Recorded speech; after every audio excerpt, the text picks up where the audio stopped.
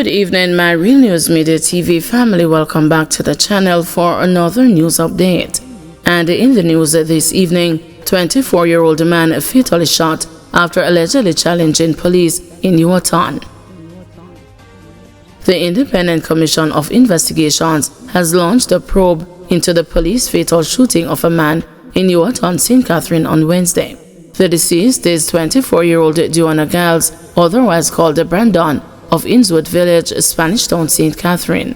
A police team was reportedly on operation in Tucker Road about 7:40 a.m. when the deceased engaged the police in an armed confrontation. Giles was shot and injured. The police say a Smith & Wesson pistol affixed with a magazine containing 2 rounds of 9mm ammunition was seized from him. He was taken to the Linstead Hospital where he was pronounced dead. Portmore Mayor Leon Thomas called in for questioning by police. Mayor of Portmore Leon Thomas is to be interviewed by the police today and could face criminal charges for alleged assault, sources have disclosed. This stems from a melee that broke out at a public consultation at the headquarters of the municipality in February over the move to make Portmore Jamaica's 15th parish, according to sources. Senior Defense Attorney Anthony Williams confirmed that he will accompany the mayor to a question and answer session with police investigators today, but declined to comment further. According to one law enforcement source, the mayor was asked by the police to come to the station to give his side of the story. They may or they may not, said the source, when asked if the police had indicated whether charges would be filed against Thomas, who was elected on a People's National Party ticket. The public consultation ended prematurely following a verbal clash between supporters of the ruling Jamaica Labour Party and the PNP. The police had to be called to restore order. A video from the meeting, which was circulated on social media, appears to show the Portmore mayor grabbing a yellow placard from a woman. Alonda Terrelong, the Member of Parliament for St. Catherine East Central, who attended the meeting and who represented the JLP, was also heckled by PNP supporters while he attempted to answer a question posed by a resident. "Shame on you," a group of PNP supporters shouted at Terrelong. Videos from the incident showed. 2 more people arrested in $47.5 million NCB phishing scam. The major organized crime and anti-corruption agency has arrested 2 more persons in connection with the ongoing probe of a $47.5 million phishing scam at the National Commercial Bank. The latest suspects are a 25-year-old man of Cassava Peace, Kingston, and a 24-year-old woman of Gregory Park, Portmore. Mocha says that the man was picked up on Thursday morning at his Cassava Peace Road address, while the woman was arrested on Wednesday at her home. Director of Communications at Mocha, Major Basil Jarrett, says that they were detained in operations by Mocha agents and the personnel from the Jamaica Constabulary Force. He says a number of evidentiary items were also seized. The suspects are expected to be charged subsequently, Jarrett has disclosed. The latest arrest, the total number of persons held in connection with the cybercrime, which fleeced the NCB customers of over $47 million. Mocha says that the offenses took place between April and June 2022, when members of an organized crime syndicate targeted 16 NCB accounts in a phishing scam and transferred the funds to a number of beneficiaries' accounts. Today's arrests are a demonstration of Mocha's commitment to bringing everyone involved in this massive crime before the courts, says Jarrett, adding that fraud and other cybercrimes of this nature are high on Mocha's agenda due to their increasing occurrence in the criminal underworld.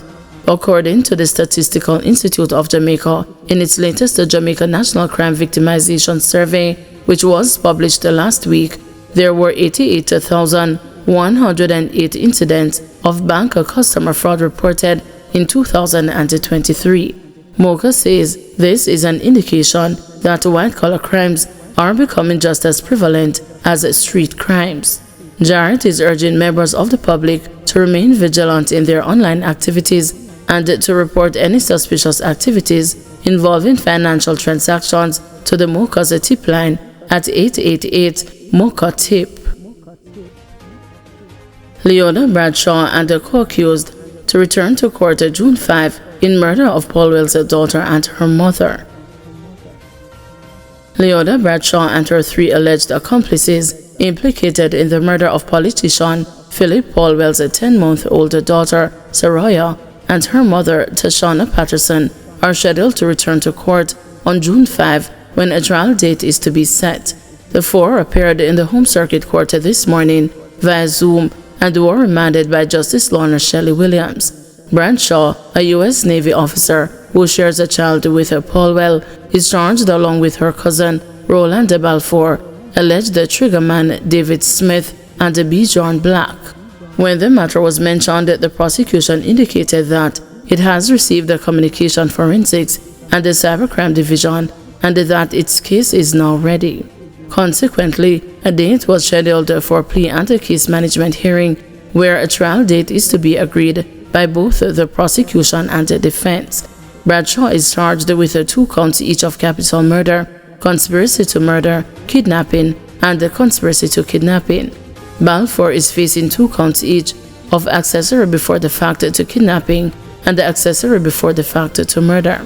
Black is charged with 2 counts each of murder, kidnapping, conspiracy to murder, and the conspiracy to kidnapping. He is also facing additional firearms charges such as possession of a prohibited weapon, unauthorized possession of ammunition, and dealing in prohibited weapon. Meanwhile, Smith is charged with 2 counts each of capital murder, conspiracy to murder, kidnapping, and the conspiracy to kidnapping. The other 2 men, Richard Brown and Rasheen Miller, previously pleaded guilty to crimes related to the incident and were both sentenced. The 10-month-old child and her 24-year-old mother were reportedly abducted from their home on Gilmore Drive in St. Andrew on September 9, 2023. They were allegedly taken to East Kingston, shot and killed, and their bodies burned. Bradshaw, the alleged mastermind, is accused of contacting hitmen, contracting her cousin Balfour, and orchestrating a plan to kidnap and murder the mother and the child. She reportedly traveled to Jamaica with the sole purpose of murdering Paulwell's infant daughter and her mother. This occurred 1 day after she had confronted Patterson about the infant on Facebook. Bradshaw is being represented by attorneys Deborah Martin QC and Kelly Hamilton. Attorneys Tamika Harris and Sasha K. Shaw are defending B. John Black, while attorneys Franklin Grenion and Shamar Hansen are representing Smith. Attorneys Michael Howell and Vanessa Taylor are appearing for Balfour. Malfunction in AC disrupts a service at the company's office.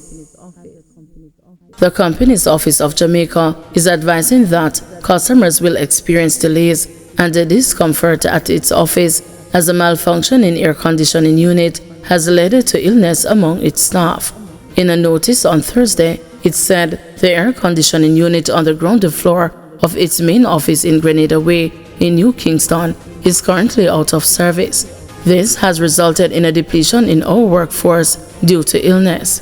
Further, customers will experience longer wait times and some discomfort while conducting business at our location, it stated.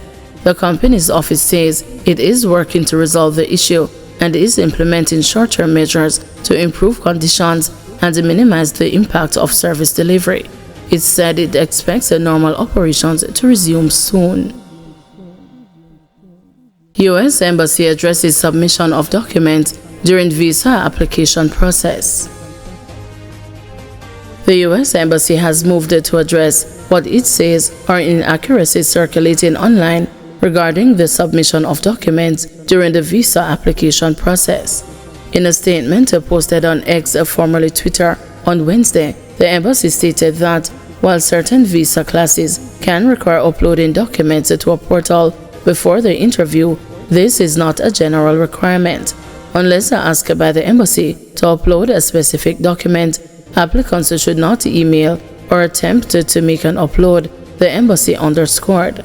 Persons should instead carry their supporting documents to their visa interviews in case the consular office requests to see them.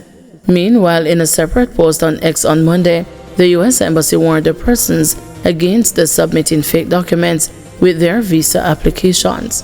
"You are committing fraud and risking your future," read the post. "We stay one step ahead of document vendors and we adapt to emerging threats. Protect your future travel opportunities, tell the truth, and do not provide fake documents," the embassy added. It noted that lying or providing fake documents can lead to a permanent ban on travel to the U.S.